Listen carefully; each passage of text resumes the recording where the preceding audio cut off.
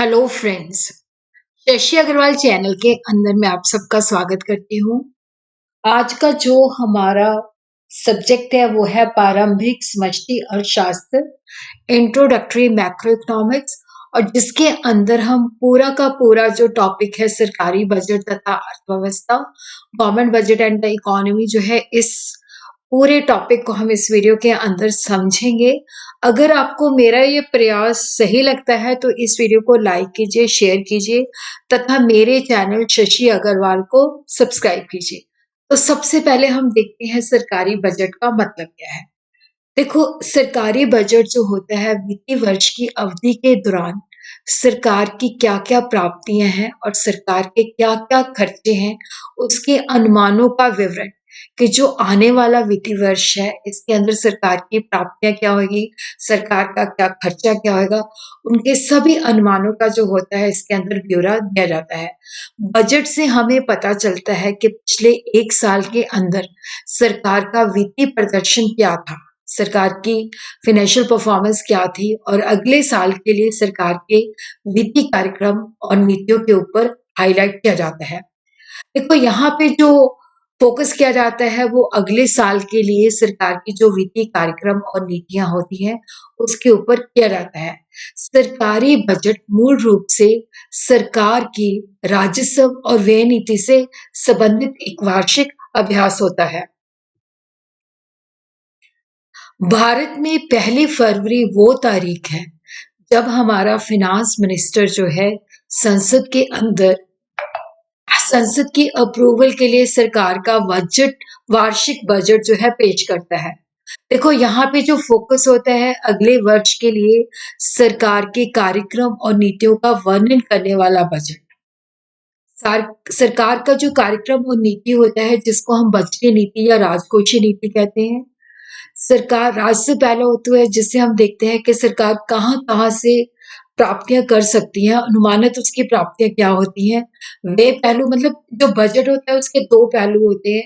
एक आमदन पहलू होता है जिसको हम राजस्व पहलू कहते हैं कि सरकार की अपेक्षित प्राप्तियां कहाँ से है।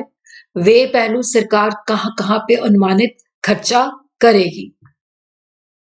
सरकारी बजट आगामी वित्तीय वर्ष के लिए सरकार की अपेक्षित प्राप्तियों और अपेक्षित खर्चों का विवरण है। और यहाँ पे जो ऑब्जेक्टिव होता है स्थिरता के साथ विकास को प्राप्त करना है। और ये सरकार की बजटीय नीति को बताता है कि किस तरह से हम बजट के माध्यम से जो हमारा ट्विन ऑब्जेक्टिव है, दोहरा ऑब्जेक्टिव जो है कि स्थिरता भी बनी रहे और उसके साथ जो है विकास भी, स्थिरता के साथ विकास को प्राप्त करना है। और जो सरकारी बजट के उद्देश्य हैं सकल घरेलू उत्पाद की उच्च दर, संतुलनीय क्षेत्रीय विकास, साधनों का पुनर्आवंटन, सार्वजनिक वस्तुओं का प्रावधान, आय और संपत्ति का पुनर्वितरण, रोजगार के अवसर, आर्थिक स्थिरता। सरकारी बजट का उद्देश्य हाई रेट ऑफ जीडीपी। देखो, यहाँ पे जो बजट होता है उसका जो उद्देश्य होता है कि जो सकल घरेलू उत्पाद की है उसकी उच्च दर को प्राप्त करना। तो ये सरकारी बजट नीति का केंद्रीय उद्देश्य होता है।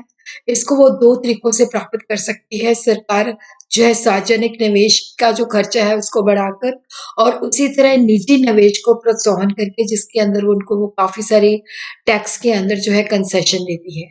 दूसरा होता है एलोकेशन ऑफ द रिसोर्सेज, क्योंकि जो निजी निवेश होता है वो ऐसे चीजों में होता है जहाँ पे उनको अधिकतम लाभ मिले, लेकिन सरकार जो होती है वो सामाजिक कल्याण ज्यादा चाहती है। तो साधनों का बटन बजटीय नीति के माध्यम से किसी देश की सरकारी साधनों के बटन की इस तरह से निर्देशित करती है कि लाभ भी अधिकतम हो और सामाजिक कल्याण के लक्ष्य के बीच में, दोनों के बीच में संतुलन बना रहे।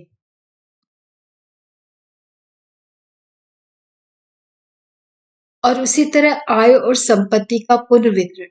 सरकारी बजट से सरकार के जो टैक्सेशन है और आर्थिक सहायता संबंधी व्यापक नीतियों का ज्ञान हमें यहाँ से प्राप्त होता है कि सरकार जो है किस तरह से जो आय और संपत्ति का बंटवारा करती है, किस तरह से सुधार लाती है, किस तरह से सरकार जो है टैक्सेशन लगाती है, आर्थिक सहायता देती है, क्योंकि जो गरीब लोग होते हैं उनको ऊंचा उठाने के लिए आर्थिक सहायता देती है।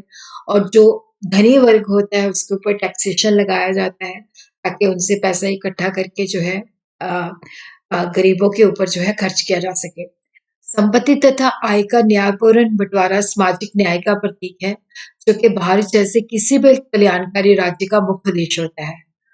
आय तथा संपत्ति के बंटवारे के सुधार को दो तरीकों से लाया जाता है कि जो धनी वर्ग होता है, जो रिच वर्ग होता है, उस पे टैक्स लगाया जाता है और जो निर्धन वर्ग होता है, जो गरीब होता है, उसको आर्थिक सहायता दी जाती है और उसी तरह ही जो निर्धनता रेखा से नीचे रहने वाले परिवार होते हैं, उसको न्यूनतम कीमत पर जो है खाद्य पदार्थ दिए जाते हैं। और उसी तरह ही हम देखते हैं कि एम्प्लॉयमेंट अपॉर्चुनिटी रोजगार के अवसर बजटीय नीति सरकारी उद्यमता में निवेश करके रोजगार के अवसर पैदा करती है। समाज में निर्धन वर्ग को रोजगार प्रदान करने के लिए सरकार कई योजनाएं चलाती है, जैसे महात्मा गांधी राष्ट्रीय ग्रामीण रोजगार गारंटी अधिनियम। तो मतलब इन योजना के अंदर जो है इस तरह से प्रावधान बनाए जाते हैं कि लोगों को रोजगार हासिल हो। और उसी तरह संतुलित क्षेत्रीय विकास, देखो बैलेंस बजटीय नीति जो होती है वो चाहती है कि देश का हर क्षेत्र जो है वो संतुलित विकास प्राप्त करे। ऐसा नहीं है कि कोई क्षेत्र बहुत ज्यादा विकसित है और कोई क्षेत्र बहुत ज्यादा पिछड़ा हुआ है। तो बजटीय नीति देश के पिछड़े क्षेत्र को विकास को प्राथमिकता देती है, जिसके अंदर काफी सारे लिबरल टैक्स रेट लगाया जाता है कि पिछड़े क्षेत्रों के अंदर विशेष आर्थिक क्षेत्रों की स्थापना की जाती है और जो उद्यमी अपने जो इन क्षेत्रों में उद्यम लगाते हैं उनको काफी सारे टैक्स के अंदर बेनिफिट दिए जाते हैं। आर्थिक स्थिरता बाजार की शक्तियों का मुख्य खेल जो होता है व्यापार चक्रों को पैदा करता है, जिसके हम व्यवसाय चक्र भी कहते हैं। और ये अर्थव्यवस्था के अंदर जो व्यवसाय चक्र होते हैं ये मंदी, अवसाद, सुधार और उछाल के चरणों को बताते हैं। देखिए मंदी आती है, इन्फ्लेशन आती है, स्थिति को ठीक करने के लिए बजट जो होता है एक महत्वपूर्ण साधन होता है। अब हम देखते हैं बजट की संरचना। देखो जो बजट के घटक है वो दो होते हैं, एक बजट प्राप्तियां और दूसरा जो होता है बजट खर्चा, बजट व्यय। बजट प्राप्तियों के अंदर आ जाती है राजस्व प्राप्तियां, पूंजीगत प्राप्तियां और बजट एक्सपेंडिचर के अंदर आ जाता है राजस्व व्यय और पूंजीगत व्यय। तो सबसे पहले हम रेवेन्यू रिसीट को समझेंगे। बजट के घटक जो है दो होते हैं, बजट प्राप्तियां जिसमें राजस्व प्राप्तियां तथा पूंजीगत प्राप्तियां शामिल होती है, बजट व्यय में जिसमें राज्य व्यय तथा पूंजीगत व्यय दोनों ही शामिल होते हैं। तो व्यापक घटक बजट प्राप्तियां वित्तीय वर्ष के दौरान सभी स्रोतों से सरकार की अनुमानित धन प्राप्तियां, इसमें राजस्व प्राप्तियां और पूंजीगत प्राप्तियां दोनों ही शामिल होती हैं। बजट व्यय के अंदर इसके विकास के साथ साथ गैर विकास कार्यक्रम से संबंधित अनुमानित व्यय।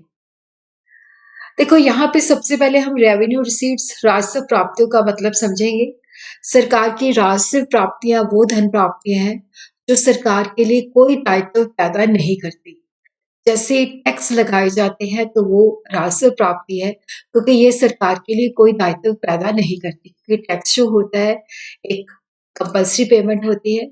और उसी तरह ही जो राजस्व प्राप्तियां होती है उसके दो फीचर्स होते हैं, कोई दायित्व पैदा नहीं करते और ना ही सरकार की कोई परिसंपत्ति में कमी आती है कि जब टैक्स लगाए जाते हैं तो सरकार के कोई एसेट होते हैं उसके अंदर भी कोई कमी नहीं आती।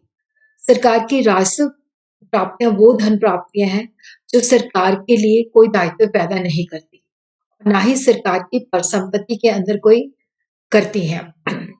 ये प्राप्तियां सरकार के लिए कोई कॉरस्पॉन्डिंग लायबिलिटी नहीं बनाती। कर जो होता है एक तरफा अनिवार्य भुगतान होता है और उसी तरह ही जब सरकार टैक्स लगाती है तो सरकार की परिसंपत्तियों में भी कोई कमी नहीं आती। कर जब लगाती है तो कर से सरकार को जो है प्राप्ति होती है और सरकार की परिसंपत्ति के अंदर एसेट के अंदर कोई कमी नहीं आती। राजस्व प्राप्तियां दो तरह की होती हैं, tax receipts and non tax receipts. Tax receipts के अंदर जैसे इनकम टैक्स है, निगम कर है, संपत्ति कर है, जीएसटी है, कस्टम ड्यूटी है, उत्पाद शुल्क है, उपहार कर है। गैर कर प्राप्तियां फीस है, चीट है, सार्वजनिक उद्यमों से आय है, अनुदान और दान है, विशेष मूल्यांकन है, स्पेक्ट्रम की बिक्री से आय, जिसको हम वन बाय वन करके समझेंगे। देखो, जो टैक्स रिसीट्स होती हैं, सरकार के द्वारा टैक्स लगाया जाता है, और ये जो टैक्स है परिवारों के द्वारा या फर्मों के द्वारा या अन्य संस्थाओं के द्वारा सरकार को दिए जाने वाला अनिवार्य भुगतान है। और टैक्स रिसीट को हम इस तरह से क्लासिफाई कर सकते हैं: प्रगतिशील और प्रतिगामी कर, progressive and regressive tax, value added, मूल्य वृद्धि एंड विशिष्ट कर, स्पेसिफिक टैक्स, प्रत्यक्ष एंड अप्रत्यक्ष कर, जिसको हम वन बाय वन करके समझेंगे। प्रगतिशील, जिसको हम प्रोग्रेसिव टैक्सेशन भी कह देते हैं। देखो, जब आय में वृद्धि होती है तो उसके साथ टैक्स की दर भी बढ़ती है। इसका जो वास्तविक बोझ होता है वो अमीरों पे ज्यादा होता है अगर हम गरीबों के साथ इसकी तुलना करें। अगर किसी व्यक्ति की आय जो है मान लो 2 लाख से 5 लाख है, तो वहां पे मान लो कि कर की दर 10% है। जैसे उसकी इनकम जो है 5 लाख से 10 लाख की कैटेगरी में आती है, तो वहां पे 15% है। तो ये जो है प्रगतिशील है कि इनकम बढ़ गई और उसके साथ टैक्स की रेट भी बढ़ गई। प्रतिगामी कर जो होता है, ये अमीरों की तुलना में गरीबों पर ज्यादा वास्तविक बोझ डालता है। जैसे अमीरों और गरीबों पर कर की एक समान दर जो होती है वो प्रतिगामी कर को बताती है। जैसे मान लो एक व्यक्ति है, वो 1 लाख कमाता है प्रति माह, उसके ऊपर 10% जो है कर की दर है, तो वो 10,000 कर का भुगतान करेगा। तो उसके पास 90,000 बच जाएंगे, तो वो काफी अच्छे तरीके से अपना गुजारा कर सकता है। लेकिन जो व्यक्ति प्रति माह 5,000 कमाता है, वो 500 रुपए का भुगतान करेगा, तो उसके पास 4500 बचेगा और उसके लिए गुजारा करना मुश्किल होगा। मूल्य वृद्धि कर और विशिष्ट कर। मूल्य वृद्धि कर या वैट अप्रत्यक्ष कर होता है, जो उत्पादन के विभिन्न चरणों में जो वैल्यू एडिशन की जाती है उस मूल्य पर लगाया जाता है। मूल्य वृद्धि का मतलब होता है उत्पादन मूल्य माइनस मध्यवर्ती भोग का मूल्य। जैसे 10,000 उत्पादन का मूल्य है और इसके अंदर हमने 4,000 का रॉ मटेरियल यूज किया है, तो 6,000 जो है वैल्यू एडिशन है, तो वैल्यू एडिशन 6,000 के ऊपर टैक्स लगाया जाएगा। ये उत्पादन के प्रत्येक चरण पर लगाया जाता है और जीएसटी जो है इसकी एक एग्जाम्पल है। विशिष्ट कर जो होता है किसी वस्तु पर उसकी इकाई, आकार, वजन के आधार पर लगाया जाता है। प्रत्यक्ष कर वो कर होते हैं, वो जिस व्यक्ति पर लगाए जाते हैं, वो किसी दूसरे व्यक्ति को उसका ट्रांसफर नहीं कर सकता, जिसका अंतिम भार उसी व्यक्ति पर पड़ता है जिस पर वो लगाया जाता है। जैसे आयकर है, निगम कर है, गिफ्ट टैक्स है, संपत्ति कर है।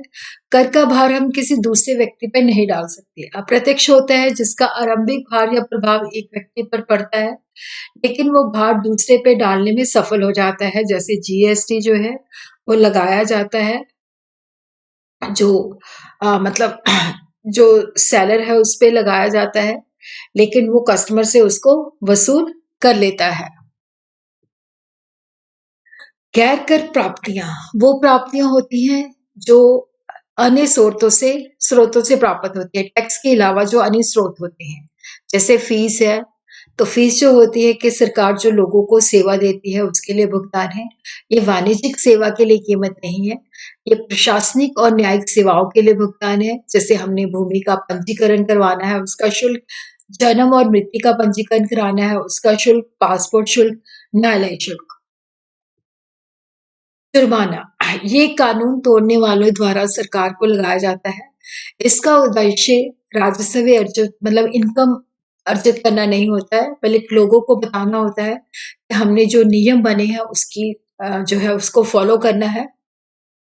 एस्टेट राज्य की उस आय को बताता है जो लोगों द्वारा बिना किसी कानूनी उत्तराधिकार के छोड़ी गई संपत्ति से उत्पन्न होती है। जैसे कई लोग होते हैं उनकी डेथ हो जाती है, बट उनका कोई कानूनी उत्तराधिकारी नहीं होता, तो वो जो प्रॉपर्टी होती है वो सरकार के पास चली जाती है, तो उससे जो आमदन होती है उसको एस्टेट कहते हैं।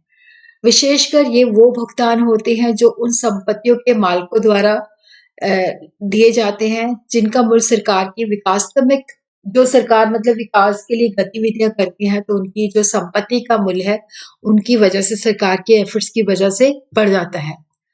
जो सरकार के अपने उद्यम होते हैं उनसे इनकम, उसी तरह 2G और 3G स्पेक्ट्रम की बिक्री से आए, और जैसे ही अनुदान अनुदान जब प्राकृतिक आपदा आती है, जैसे कोई फ्लड आ जाता है, अर्थक्वेक आ जाता है, तो लोग जो होते हैं सरकार को अ, ग्रांट और सब्सिडीज देते हैं, अनुदान और दान करते हैं, तो ये भी नॉन टैक्स रिसीट्स होती हैं।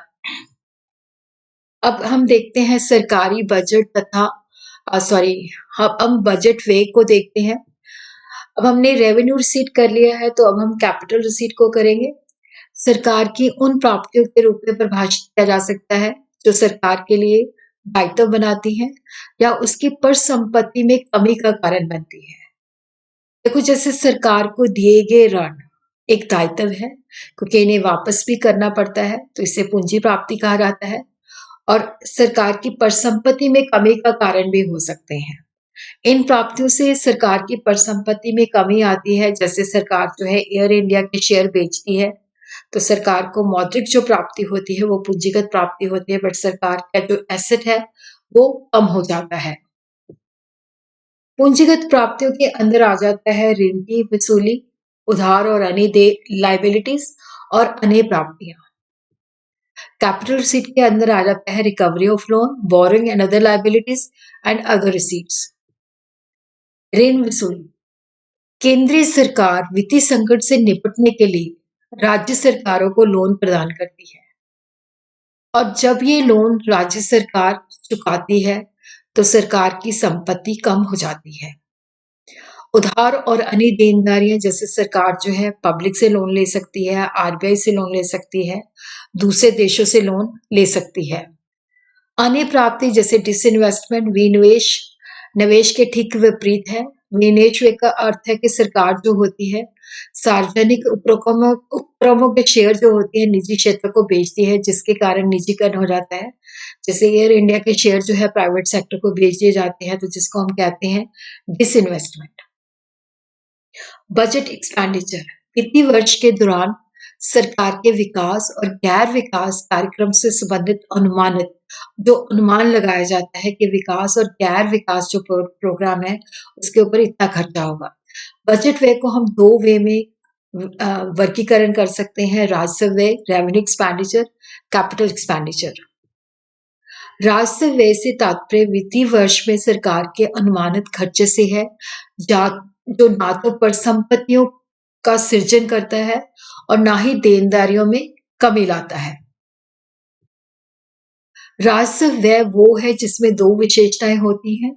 सरकार के लिए कोई संपत्ति नहीं बताता, जैसे हम ओल्ड एज के अंदर पेंशन देते हैं, वेतन है, छात्रवृत्ति है। सरकार की दानदारी में भी कोई कमी नहीं आती। जैसे प्राकृतिक आपदाओं से निपटने के लिए सरकार अनुदान देती है। तो जो रेवेन्यू एक्सपेंडिचर है उसकी जो एग्जाम्पल है सरकार का वेतन बिल, ब्याज भुगतान, सब्सिडी पर जो खर्चा होता है, और जो डिफेंस के ऊपर खर्चा होता है वो रेवेन्यू एक्सपेंडिचर होता है। पूंजीगत व्यय, पूंजीगत व्यय से तात्पर्य सरकार के किसी वित्तीय वर्ष के अनुमानित व्यय से है, जो परिसंपत्ति का निर्माण करता है या देनदारियों में कमी लाता है। देखो, जो पूंजीगत खर्चा होता है या तो ये परिसंपत्ति कोई एसेट का निर्माण करता है या देनदारियों में कमी लाता है। इसके अंदर जैसे पूंजीगत व्यय की महत्वपूर्ण मदे, जैसे यहाँ पे जो है स्टेट गवर्नमेंट को जैसे ऋण दिया जाता है, जैसे भूमि और भवन पर खर्चा, मशीनरी और उपकरणों पर खर्चा, शेयरों की खरीदारी की जाती है, जैसे सेंट्रल गवर्नमेंट जो है शेयरों की खरीदारी करती है, या केंद्र सरकार जो होती है राज्य सरकार को लोन देती है। बजट व्यय जिसके अंदर दोनों ही चीजें आ जाती हैं, राजस्व व्यय या पूंजीगत व्यय, उसको हम योजनाबद्ध व्यय या गैर योजनाबद्ध व्यय के रूप में भी वर्गीकृत कर सकते हैं। योजना व्यय प्लान्ड एक्सपेंडिचर वो खर्चा होता है जो विकास की निर्दिष्ट योजनाएं, स्पेसिफिक जो योजनाएं और कार्यक्रम बनते हैं, इसके अंदर केंद्रीय सरकार जो होती है राज्य सरकार को सहायता देती है, और इसके अंदर राजस्व और पूंजीगत व्यय दोनों शामिल होते हैं। राजस्व व्यय होता है राज्यों को सहायता, और पूंजीगत व्यय होता है सड़कें बनाना, पुल बनाना, अस्पताल आदि पर खर्चा। गैर योजना व्यय वो खर्चा होता है जो विकास की विशिष्ट योजनाओं और कार्यक्रम से संबंधित नहीं होता, और ना ही साथ में केंद्र सरकार की, राज्य सरकार की सहायता से संबंधित होता है। योजना व्यय को छोड़ के इसके अंदर सभी प्रकार के खर्चे शामिल होते हैं जो नियमित कार्य पर व्यय को कवर करता है। इसमें कानून व्यवस्था आ जाती है, रक्षा और अनुदान पर खर्चा आ जाता है। कुल सरकारी व्यय जो है इसको हम राजस्व व्यय या पूंजीगत व्यय या योजना व्यय या गैर योजना व्यय भी कह सकते हैं। तो कुल सरकारी व्यय जो है दैट इज इक्वल टू राजस्व व्यय या पूंजीगत व्यय या योजना व्यय या गैर योजना व्यय। उसके बाद हम देखते हैं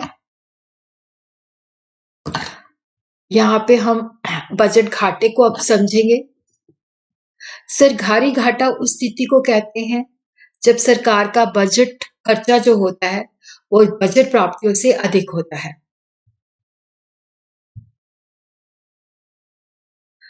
कुल प्राप्तियां जिसके अंदर revenue receipt and capital receipt, राजस्व प्राप्तियां और पूंजीगत प्राप्तियां शामिल होती हैं।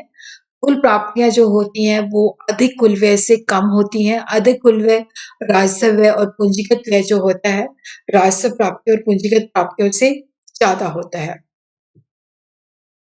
बजट घाटा का मतलब है कि कुल खर्चा माइनस कुल प्राप्तियां, और बजट खर्चा जो होता है बजट प्राप्तियों से अधिक होता है। टोटल एक्सपेंडिचर जो है टोटल रिसीट से बजट रिसीट से ज्यादा होता है। बजट घाटे को हम इस तरह से क्लासिफाई कर सकते हैं: रेवेन्यू डेफिसिट राजस्व घाटा, फिस्कल डेफिसिट राजकोषीय घाटा, प्राथमिक घाटा प्राइमरी डेफिसिट। तो राजस्व घाटा जो होता है यहाँ पे जो राजस्व प्राप्तियां होती हैं वो कम होती हैं और राजस्व खर्चे जो होते हैं वो ज्यादा होते हैं। राजस्व घाटा है राजस्व व्यय माइनस राजस्व प्राप्तियां। चूंकि राजस्व प्राप्तियां और राजस्व व्यय जो होते हैं सरकार के जो रेकरिंग खर्चे होते हैं उसके साथ संबंधित होता है। तो रेवेन्यू डेफिसिट के अंदर जो रेवेन्यू एक्सपेंडिचर है that is more than the revenue receipts. देखो, जब राजस्व घाटा होता है तो इसके अंदर जो सरकार होती है वो सामाजिक कल्याण कार्यक्रम पर जो खर्चे होते हैं उसमें कटौती की योजना बनाती है। इसमें सामाजिक कल्याण का नुकसान होता है। यहाँ वो अपने घाटे को पूरा करने के लिए उधार लेती है जिससे देनदारियों में वृद्धि होती है, या वो अपनी संपत्ति को बेच के धन जुटाती है। तो सरकार जो होती है डिसइन्वेस्टमेंट के लिए मजबूर हो जाती है। राजस्व घाटे को प्रबंधित करने के जो तरीके हैं, आम जनता, बाकी दुनिया से उधार लेना, आरबीआई से लोन लेना, विनिवेश, सब्सिडी में खर्चे में कटौती। उसी तरह ही हम देखते हैं राजकोषीय घाटा, जिसको हम फिस्कल डेफिसिट भी कहते हैं।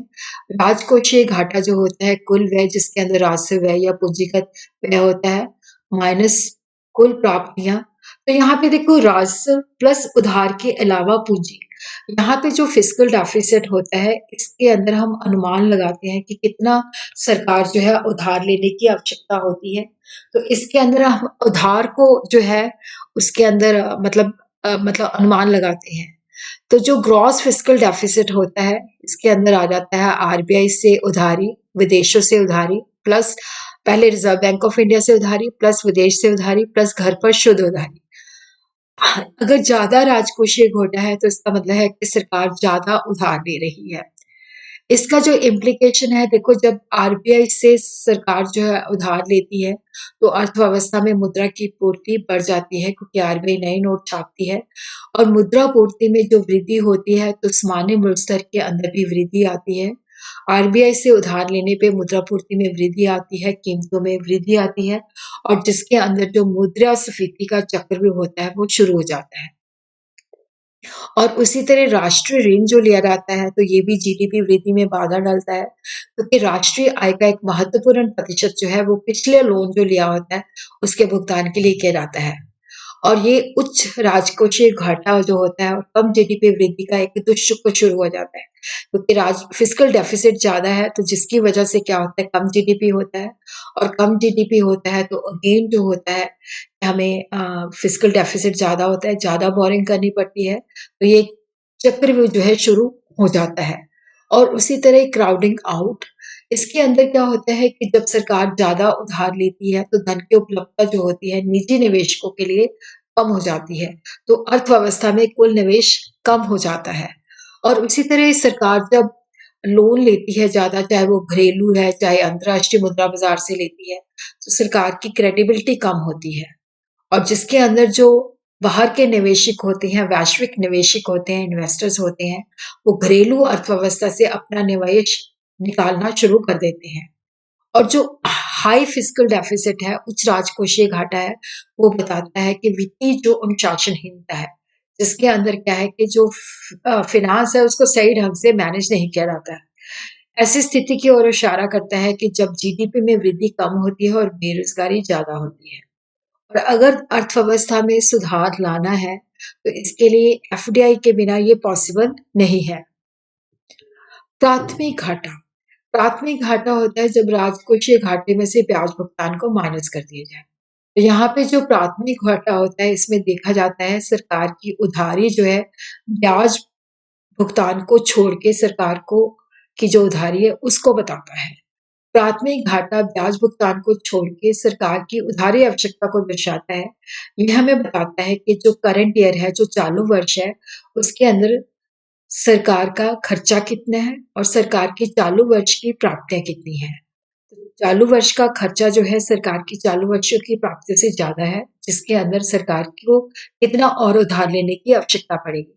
तो इसका भी जो इम्प्लीकेशन होता है बिल्कुल फिस्कल डेफिसिट की तरह ही होता है, लेकिन प्राथमिक घाटा जो होता है ब्याज का भार नहीं उठाता, क्योंकि फिस्कल डेफिसिट के अंदर सरकार की टोटल उधारी की होता है, जिसके अंदर ब्याज का भुगतान देना उसका भी उसमें एस्टीमेट लगाया जाता है। इसके अंदर जब चालू वर्ष का व्यय चालू वर्ष के राशि से अधिक हो, तो उधार लेने को वो दर्शाता है। इसी तरह हम देखते हैं संतुलित और असंतुलित बजट। संतुलित बजट वो बजट होता है जिसमें सरकारी आय तथा सरकारी खर्चा बराबर होता है। सरकार संतुलित बजट इज इक्वल टू कुल व्यय कुल प्राप्तियां।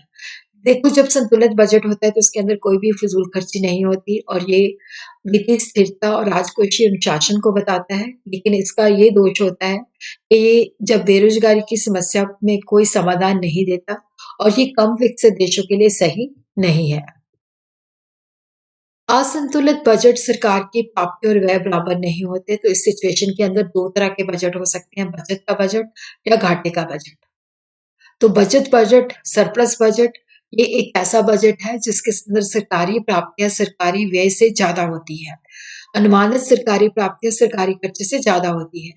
देखो, ये तब सही होता है जब अर्थव्यवस्था में मांग की अधिकता के कारण मुद्रास्फीति होती है और एग्रीगेट डिमांड के स्तर को कम करने के लिए मुद्रास्फीति के अंतर को कम करने के सरकार खर्चा कम करती है और ये सरकार की प्राप्तियों में ज्यादा वृद्धि होती है, तो सरकारी व्यय में ये खर्चा कम करती है। लेकिन इसके जो अवगुण होते हैं, क्योंकि ये एग्रीगेट डिमांड के स्तर को कम करने की प्रवृत्ति रखता है, तो मंदी के दौरान ये सही नहीं होता, तो ये बेरोजगारी का कारण भी बनता है और संतुलन जो होता है निम्न स्तर पर होता है। घाटे का बजट होता है जिसमें सरकार का खर्चा जो होता है अनुमानित सरकारी प्राप्तियों से ज्यादा होता है। केन्स ने भी कहा है कि जब मंदी की स्थिति हो तो घाटे का बजट जो होता है एक सही उपक्रम होता है। घाटे का बजट जो होता है दो तरीकों से एग्रीगेट डिमांड के स्तर को बढ़ाता है, सीधे उच्च सरकारी व्यय के माध्यम से, और अप्रत्यक्ष रूप के अंदर जो होता है लोगों को प्रेरित करता है कि वो ज्यादा से ज्यादा निवेश करें और उपभोग करें। इसके भी जो घाटे का बजट है, इसके नुकसान ये होते हैं कि ये इन्फ्लेशन की अवधि के दौरान सही नहीं है।